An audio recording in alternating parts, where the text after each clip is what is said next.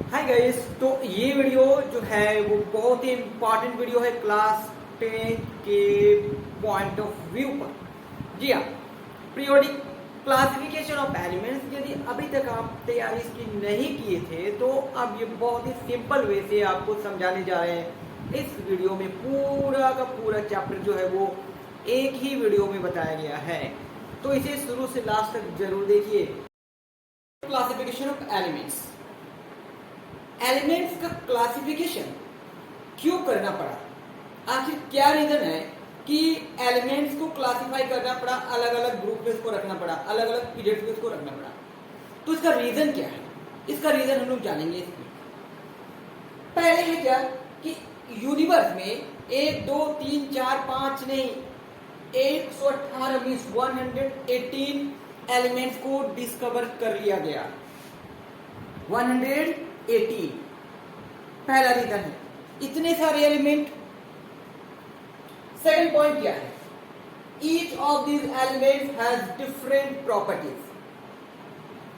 जितने सारे एलिमेंट्स हैं, मतलब 118 एलिमेंट्स हैं और सबकी प्रॉपर्टीज अलग अलग हैं। तो इतने सारे एलिमेंट्स के प्रॉपर्टीज को अलग तरीके से याद रखना सेपरेटली थोड़ा मुश्किल काम है। थर्ड नंबर क्या है? Yes, it is difficult to understand and use the element of each element at a time. जितने सारे एलिमेंट्स हैं सबका यूज करना और सबकी प्रॉपर्टी को समझना थोड़ा ज्यादा ही डिफिकल्ट टास्क है। आगे क्या पॉइंट है? To learn the properties of elements in systematic order, elements have been classified. मतलब ये कि एलिमेंट इतने सारे 118 एलिमेंट्स हैं, तो सबकी प्रॉपर्टीज को एक एक करके पढ़ना ज्यादा डिफिकल्ट टास्क है।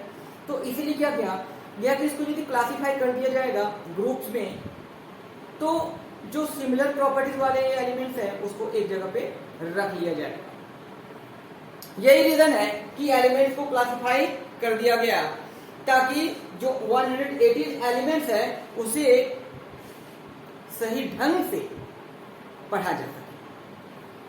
अब एटॉमिक थ्योरी, क्योंकि डाल्टन जो एटॉमिक थ्योरी दिए थे वो एटॉमिक मास के बेसिस पर दिए थे। किसके बेसिस पर दिए थे? एटॉमिक मास के बेसिस पर दिए थे। इसलिए जितने भी साइंटिस्ट थे वो अपने पूरा दिमाग जो है वो लगा दिए एटॉमिक मास का यूज करके ही एलिमेंट्स को वो डिवाइड किए थे। मॉडर्न पीरियोडिक टेबल ही है जो एलिमेंट्स के एटॉमिक नंबर के बेसिस पर है, इसलिए जो क्लैरिटी है वो हुआ।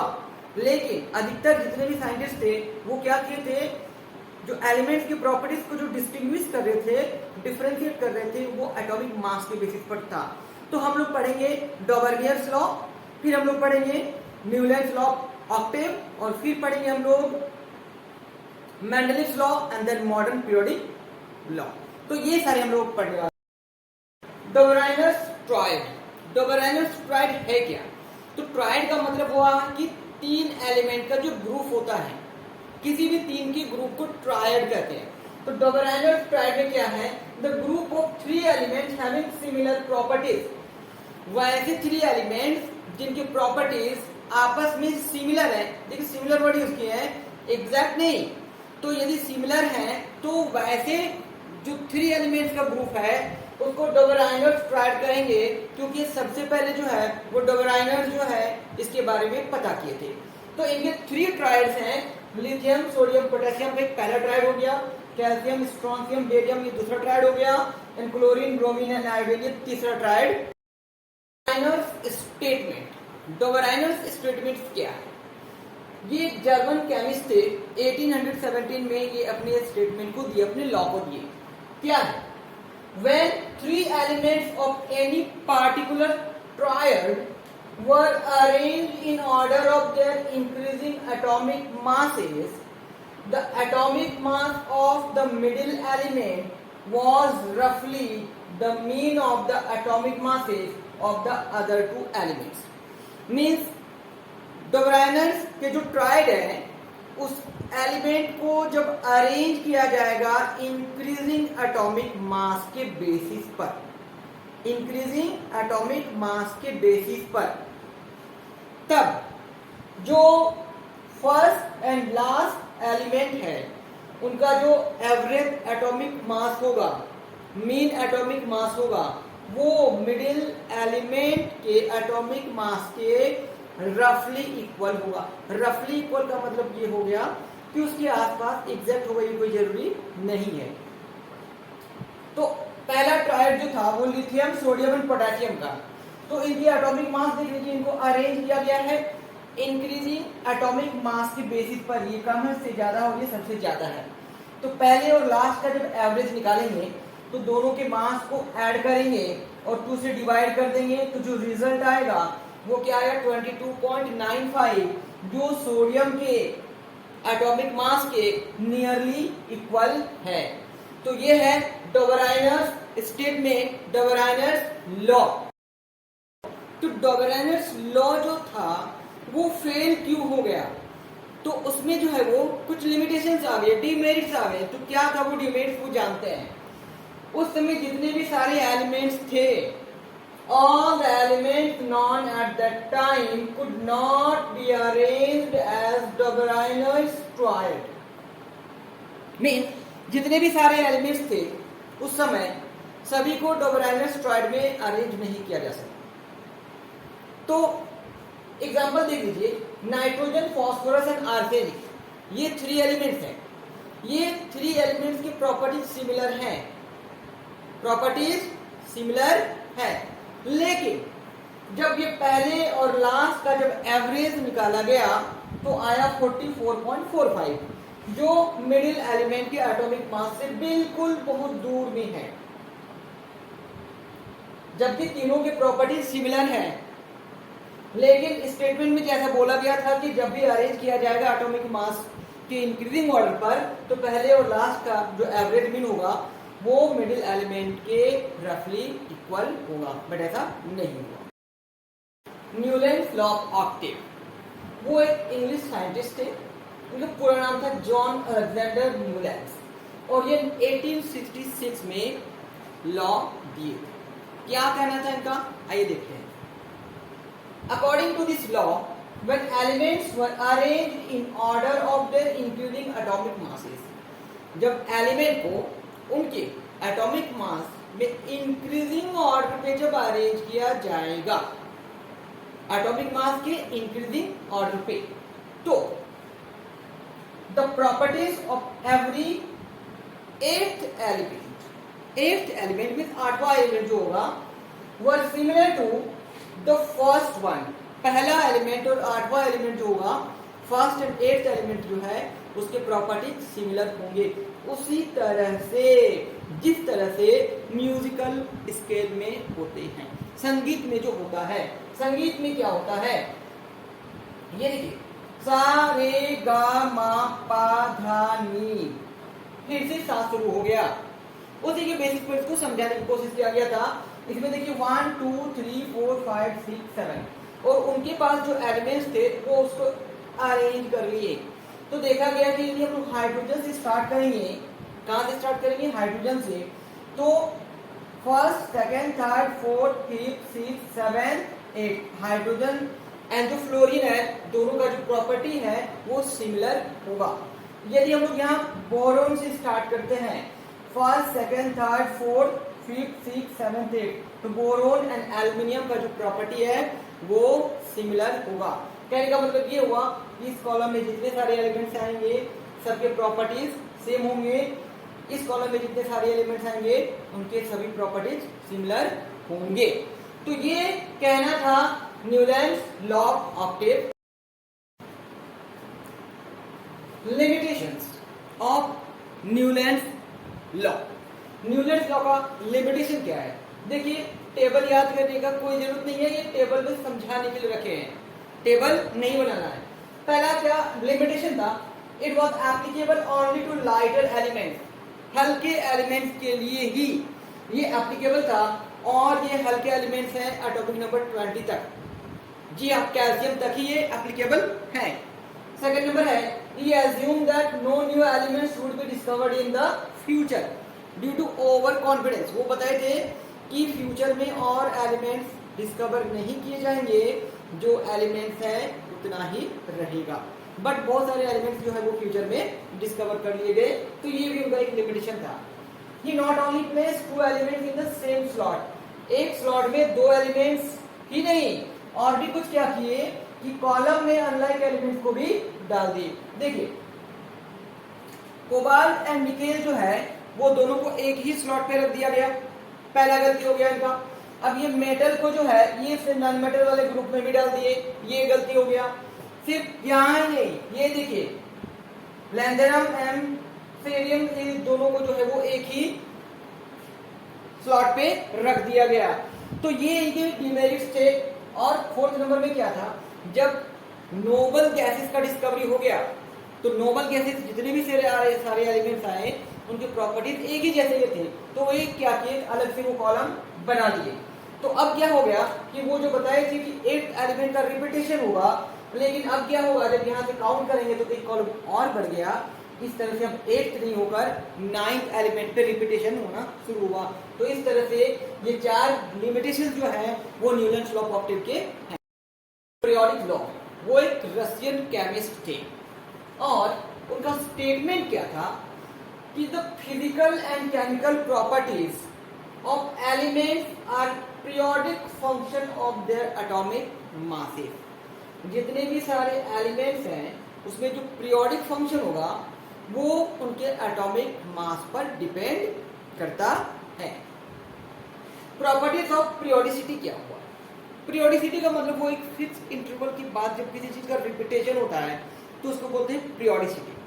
अब ये देखिए the repetition of properties of element after certain regular interval is called properties of periodicity. क्या है पीरियोडिसिटी का प्रॉपर्टीज, एक फिक्स्ड इंटरवल के बाद क्या होगा रिपीटेशन होगा। एक एग्जांपल बताते हैं, संडे से यदि हम लोग शुरू करेंगे तो सैटरडे के बाद फिर से जो आएगा वो क्या आएगा, संडे आएगा। उसी तरह से पीरियोडिसिटी का मतलब ये हुआ कि फिक्स्ड इंटरवल के बाद फिर से उसी जगह पर पहुंच जाना ही। Features of Mendeleev periodic table, Mendeleev periodic table के फीचर्स क्या है। देखिए द वर्टिकल कॉलम्स को क्या बोला गया, ग्रुप बोला गया। वर्टिकल कॉलम को जो इस तरह से रहा, इस तरह से जो रहा उसको कॉलम बोल दिया गया, और जो हॉरिजॉन्टल रो है इस तरह से जो है इसको बोल दिया गया कि ये पीरियड्स है। पहला। सेकंड नंबर देखिए, there were in all 8 groups and 7 periods. उनके टेबल में 8 ग्रुप्स एंड 7 पीरियड्स थे। थर्ड नंबर क्या है, द ग्रुप वैलेंसी जो है वो किसके बराबर होगा, द ग्रुप वैलेंसी जो है वो ग्रुप नंबर के बराबर होगा या फिर 8 माइनस नंबर ऑफ ग्रुप्स होगा। फोर्थ पॉइंट क्या है, the properties of elements change. जब किसी भी पीरियड में जब लेफ्ट से राइट या फिर राइट से लेफ्ट आएंगे तो प्रॉपर्टीज के एलिमेंट्स की जो प्रॉपर्टीज है वो उसमें चेंजेस आएंगे। और वे कुछ गैप छोड़ दिए थे, कुछ एलिमेंट का नेमिंग करके रखे थे कि देखिए ए का, इसको ई का बोरोन कहते हैं बट संस्कृत में वर्ड है ए का, दैट मीन्स 1 होता है। तो बोरोन के जैसा एक एलिमेंट आएगा उसका नाम रख दिया गया एका बोरोन। ईका एल्यूमिनियम और ईका सिलिकॉन के लिए रख दिया गया जगह कि इसको बाद में किसी एलिमेंट के नाम से search. Mendeleev periodic table, Mendeleev periodic table के फीचर्स क्या है। देखिए द वर्टिकल कॉलम्स को क्या बोला गया, ग्रुप बोला गया। वर्टिकल कॉलम को जो इस तरह से रहा, इस तरह से जो रहा उसको कॉलम बोल दिया गया, और जो हॉरिजॉन्टल रो है इस तरह से जो है इसको बोल दिया गया कि ये पीरियड्स है। पहला। सेकंड नंबर देखिए, there were in all 8 groups and 7 periods. उनके टेबल में 8 ग्रुप्स एंड 7 पीरियड्स थे। थर्ड नंबर क्या है, द ग्रुप वैलेंसी जो है वो किसके बराबर होगा, द ग्रुप वैलेंसी जो है वो ग्रुप नंबर के बराबर होगा या फिर 8 माइनस नंबर ऑफ ग्रुप्स होगा। फोर्थ पॉइंट क्या है, the properties of elements change. जब किसी भी पीरियड में जब लेफ्ट से राइट या फिर राइट से लेफ्ट आएंगे तो प्रॉपर्टीज के एलिमेंट्स की जो प्रॉपर्टीज है वो उसमें चेंजेस आएंगे। और वे कुछ गैप छोड़ दिए थे, कुछ एलिमेंट का नेमिंग करके रखे थे कि देखिए ए का, इसको ई का बोरोन कहते हैं बट संस्कृत में वर्ड है ए का, दैट मीन्स 1 होता है। तो बोरोन के जैसा ही एक एलिमेंट आएगा, उसका नाम रख दिया गया इका बोरोन। इका एल्यूमिनियम और इका सिलिकॉन के लिए रख दिया गया जगह कि इसको बाद में किसी एलिमेंट के नाम से सर्च कर। इका बोरोन को स्कैंडियम के नाम से सर्च किया गया, इका एल्यूमिनियम को गैलियम के नाम से सर्च किया गया, और इका सिलिकॉन को जर्मेनियम के नाम से सर्च किया गया। Germanium, GER, germanium. तो ये जो 3 एलिमेंट्स थे, बोला गया था कि मैंडलिव्स के पीरियोडिक टेबल में बोरोन के जैसा ही बोरोन मिलेगा जो स्कैंडियम होगा, एल्यूमिनियम के जैसा ही एक एल्यूमिनियम होगा जिसका नाम गैलियम, बाद में डिस्कवरी किया गया, और एक सिलिकॉन जिसको जर्मेनियम के नाम से ढूंढ लिया गया। लिमिटेशन, मैंडलिव पीरियोडिक टेबल के भी लिमिटेशंस हैं, और क्या क्या है देखते हैं। No fix position of hydrogen, hydrogen का कोई भी फिक्स पोजीशन नहीं दिया गया, पहला। सेकंड नंबर क्या है, separation of chemically similar elements, एक ही तरह के एलिमेंट्स जिनकी प्रॉपर्टी सिमिलर है उनको अलग अलग जगह पे रख दिया गया। Third number, grouping of chemically dissimilar element, dissimilar elements का मतलब है कि जो अलग अलग एलिमेंट्स हैं उसको भी एक ही जगह पर रख दिया गया। Fourth, no position of isotopes, isotopes होता है वैसा एलिमेंट्स जिनके एटॉमिक नंबर सेम है बट मास नंबर अलग अलग है। तो जैसे कार्बन के 2 आइसोटॉप्स बताएं, कार्बन 12, कार्बन 14, तो उनको जगह नहीं मिला। ऑक्सीजन के भी आइसोटॉप्स हैं, उनको भी जगह नहीं मिला। तो बहुत सारे ऐसे एलिमेंट्स हैं जो आइसोटॉप्स है और उनको मैंडलिव पीरियोडिक टेबल में जगह नहीं क्लियर कर पाया गया है। Inversion in the periodic table, क्योंकि पूरा का पूरा टेबल जो है वो उनको एटॉमिक मास की बेसिस पर बैठाया गया था, तो कुछ बीच में ऐसे भी एलिमेंट्स हैं जिनके मास नंबर कम ज्यादा होने के कारण ये इन्वर्जन क्रिएट हुआ। No clarity in the prediction of new elements, 2 element के बीच में कितने सारे नए एलिमेंट्स का डिस्कवरी होगा इसके बारे में भी नहीं बताया जा सका। तो ये कुछ डिमेरिट्स हैं, लिमिटेशन है या फिर ड्रॉबैक है Mendeleev periodic. Modern periodic law, तो मॉडर्न पीरियोडिक लॉ क्या है, इसमें बोला गया क्या कि the physical and chemical properties of elements are periodic function of their atomic number. Yes, atomic number, ध्यान दीजिए, एटॉमिक नंबर। ये क्या किए कि एटॉमिक मास को चेंज कर दिए और क्या कर दिए, एटॉमिक नंबर को ले लिए, क्योंकि एटॉमिक नंबर को अब बता दिए कि ये जो है वो मोर फंडामेंटल प्रॉपर्टी होता है कंपैरिजन टू एटॉमिक मास, और इसी के बेसिस पर modern periodic table. Limitation of modern periodic table, modern periodic table के लिमिटेशन क्या है? ये अभी तक है कि जो हाइड्रोजन है उसको फिक्स पोजीशन नहीं मिला है। Yes, this is the biggest limitation of modern periodic table. अभी तक ये क्लियर नहीं हो पा गया है कि हाइड्रोजन को किस जगह पर रखा जाए, फर्स्ट ग्रुप में रखा जाए या फिर 17 ग्रुप में रखा जाए। तो मॉडर्न पीरियोडिक टेबल में लोग पढ़ने वाले क्या है, variation of valence electrons in period as well as in group, variation of valency in period and group, variation of metallic and non metallic characters in a period and a group, variation of nature of oxides in period and group, and variation of atomic size or radius in a period and a group. One by one इसके बारे में लोग देखेंगे कि क्या changes हो सकते हैं। variation of valence electrons in group, किसी भी ग्रुप में जो वैलेंस इलेक्ट्रॉन का चेंजिंग होता है वो बिल्कुल नहीं होता है, कोई चेंज नहीं होगा। जितना ग्रुप रख दीजिए, फर्स्ट ग्रुप का है इसमें कोई चेंज नहीं होगा, आप ऊपर से नीचे आइए या फिर नीचे से ऊपर जाइए सेम रहेगा। इसी तरह से ये 17th ग्रुप के एलिमेंट्स हैं, इनके भी वैलेंस इलेक्ट्रॉन में कोई चेंज। वैलेंस इलेक्ट्रॉन्स इन पीरियड्स, किसी भी पीरियड्स में जब लेफ्ट से राइट मूव करेंगे तो वैलेंस इलेक्ट्रॉन बढ़ेगा कि 1 2 3 4 5 6 7 8 वैलेंस इलेक्ट्रॉन बढ़ रहा है। लेकिन यदि राइट टू लेफ्ट आना पड़ा तो वैलेंस इलेक्ट्रॉन क्या होगा, घटेगा। देखिए 8 7 6 5 4 3 2 1। तो ये था variation of valence electron in. किसी भी पीरियड में जब मूव करेंगे लेफ्ट टू राइट या फिर राइट टू लेफ्ट तो उनके वैलेंसी में क्या चेंजेस होगा।